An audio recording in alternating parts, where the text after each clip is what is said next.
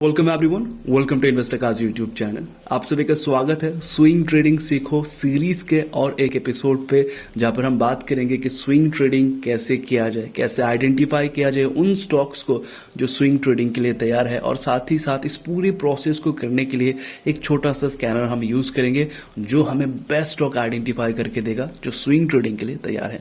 Scanner आपको video के description में मिल जाएगा। अगर नहीं मिलता है तो डिस्क्रिप्शन में आपको टेलीग्राम चैनल का लिंक मिल जाएगा, आप वहां पर जाइए, वहां पर भी आपको स्कैनर मिल जाएगा।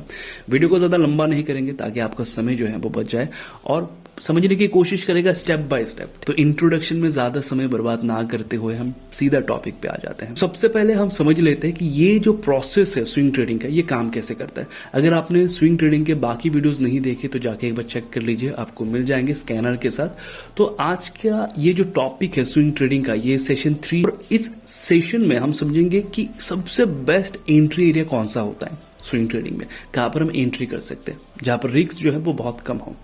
तो इसको समझने के लिए एक डायग्राम को आपको समझना होगा। मान लीजिए कोई एक स्टॉक धीरे धीरे करके स्टेप बाय स्टेप ऊपर जा रहा है, अब वो किसी कारण से वो नीचे भी आ रहा है। अब नीचे आते टाइम वो कहीं ना कहीं से तो बाउंस बैक जरूर करेगा। मान लीजिए वो यहां से बाउंस बैक कर रहा है जो बॉटम है, और हम क्या करते हैं, हम इस सेशन में समझेंगे कि इस बॉटम में उसको कैसे पकड़ना है। जब वो बॉटम के आसपास हो तो बॉटम में इसको कैसे पकड़ना है, वो कौन सा स्कैनर है जो मुझे आइडेंटिफाई करने में हेल्प करेगा कि वो बॉटम में है। या तो हम ऐसे स्टॉक्स को आइडेंटिफाई करेंगे जो बॉटम से ब्रेक करके निकल रहा होगा और आगे चल के धीरे धीरे करके वो ऊपर जाएगा, रिटेल ट्रेडर का जोन बनेगा, रिटेल ट्रेडर पार्टिसिपेट करेंगे डिफरेंट डिफरेंट लेवल्स पे।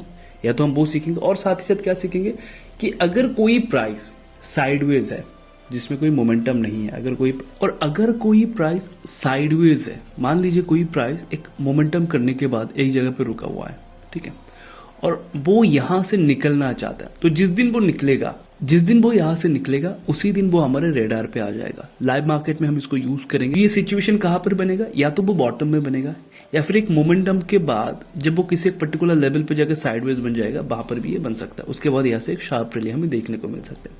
तो ये कैसे काम करते हैं, बेसिकली जो पिछला वाला डे है, जब पिछले वाले डे के ऊपर और एक कैंडल बन जाएगा तो हम उसको बाय करेंगे।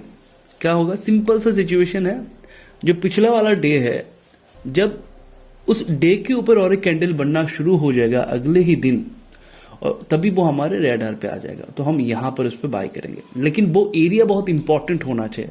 अब वो एरिया कहां पर होना चाहिए, वो यहां पर हो सकता है, या फिर एक अप ट्रेंड के जर्नी पे यहां पर हो सकता है कि पिछले वाला जो डे है उसके ऊपर एक कैंडल बन रहा है। जो स्कैनर है, मैं एक बार आपको दिखा दूं वो स्कैनर, तो ये है वो scanner, range breakout scanner, video के डिस्क्रिप्शन में आपको मिल जाएगा। तो ये कुछ स्टॉक्स है जो स्कैनर पे आए हुए थे, ठीक है। अब इन स्टॉक को अगर आप गौर करके देखें, ठीक है, जैसे कि सन टीवी है, मैं सन टीवी को यहाँ पर लगा कर रखा हूं, मैं आपको दिखा दूं कि सिचुएशन कैसे बन रहा है और कहां पर बन रहा है, ठीक है।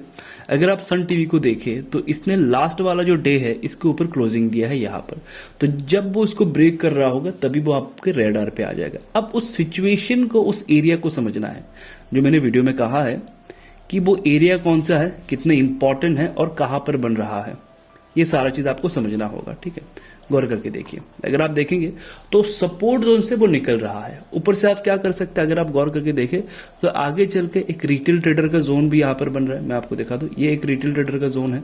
छोटे टाइम फ्रेम पे जाएंगे तो आपको ये क्लियर दिखेगा कि यहाँ से एक ब्रेकआउट वाला सीन आ रहा है, ठीक है। तो बॉटम के आसपास ये आपको मिल जा रहा है यहाँ पर।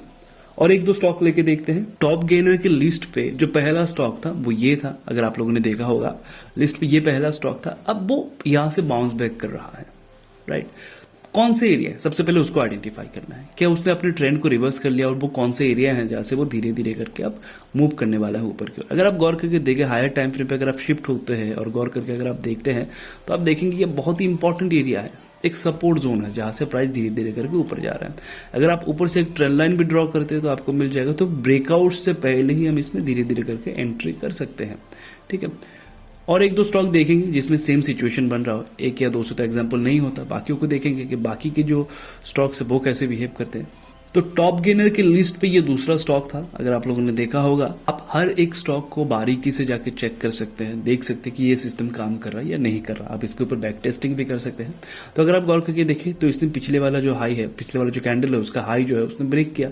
अब वो क्या इंपॉर्टेंट एरिया पे है वो एक बार आइडेंटिफाई करते हैं कि अब वो एरिया कितने इंपॉर्टेंट है। अगर आप गौर करके देखें तो इसने जहां से मोमेंटम करना शुरू किया वो यहां से है, जो एक इंपॉर्टेंट एरिया है, एक सपोर्ट जोन है। अब वो यहाँ से धीरे धीरे करके ऊपर जा रहा है।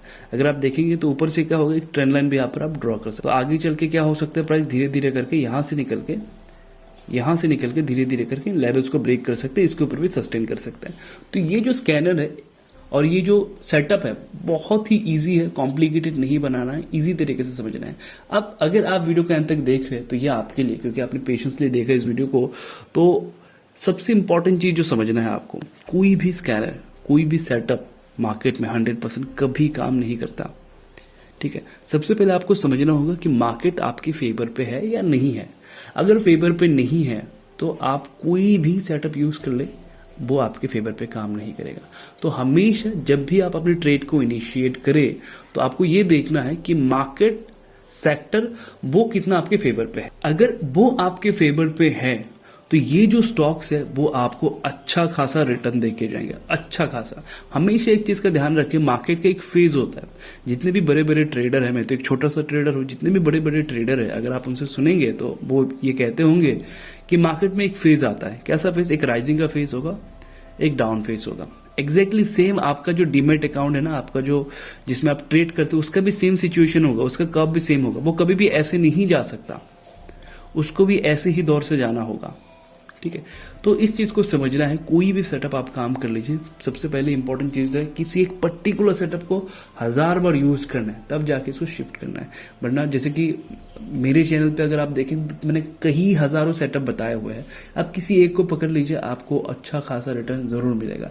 लेकिन ये ध्यान में रखना है कि एनवायरमेंट, सेक्टर, सिचुएशन, न्यूज सारा कुछ आपके फेवर पे हो, तभी जाके। अगर आपने पहले हमारे वीडियोस वगैरह देखा होगा, स्टॉक्स को देखा होगा, तो आपने देखा होगा लास्ट 2 महीनों में या फिर इससे पहले अगर आपने देखा होगा तो एक महीने में हमें जो रिटर्न मिला, जो हमने जनवरी फरवरी उन समय पे जो पोजीशन बनाए थे, तो जो रिटर्न हमें मिले एक स्टॉक में 40%, 30% के नीचे कोई रिटर्न था ही नहीं, है ना।